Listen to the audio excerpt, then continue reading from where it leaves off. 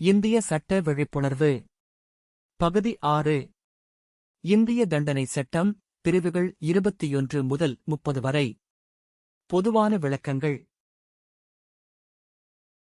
நமது இந்திய சட்டத் தொடருக்கு மீண்டும் வரவேற்கிறோம்.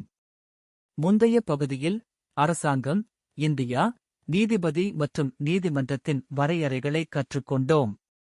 இன்று நாம் பிரிவுகள் 21 முதல் 30 வரை பார்க்கப் போகிறோம். இவை பொது ஊழியர், அசையும் சொத்து, ஆவணம் மற்றும் மதிப்புமிக்க பிணையம் போன்ற முக்கியமான சட்ட வரையறைகளை விளக்குகின்றன. பிரிவு 21 பப்ளிக் சர்வன்ட் அல்லது பொது ஊழியர் என்பதை வரையறுக்கிறது. இதில் இராணுவம் மற்றும் கடற்படை அதிகாரிகள், நீதிபதிகள், நீதிமன்ற அதிகாரிகள், குற்றவாளிகளை சிறையில் வைக்கும் அதிகாரம் பெற்றவர்கள் மற்றும் மக்கள் நலப் பணிகளை செய்யும் அதிகாரிகள் ஆகியோர் அடங்குவர்.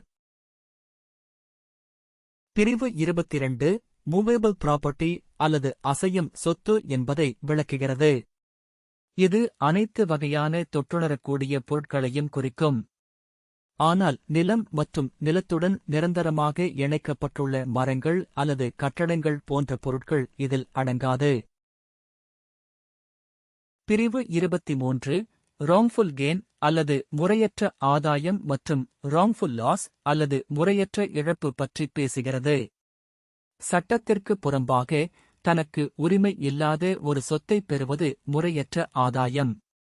தனக்கு உரிமை உள்ள சொத்தை சட்டத்திற்கு புறம்பாக இழப்பது முறையற்ற இழப்பு.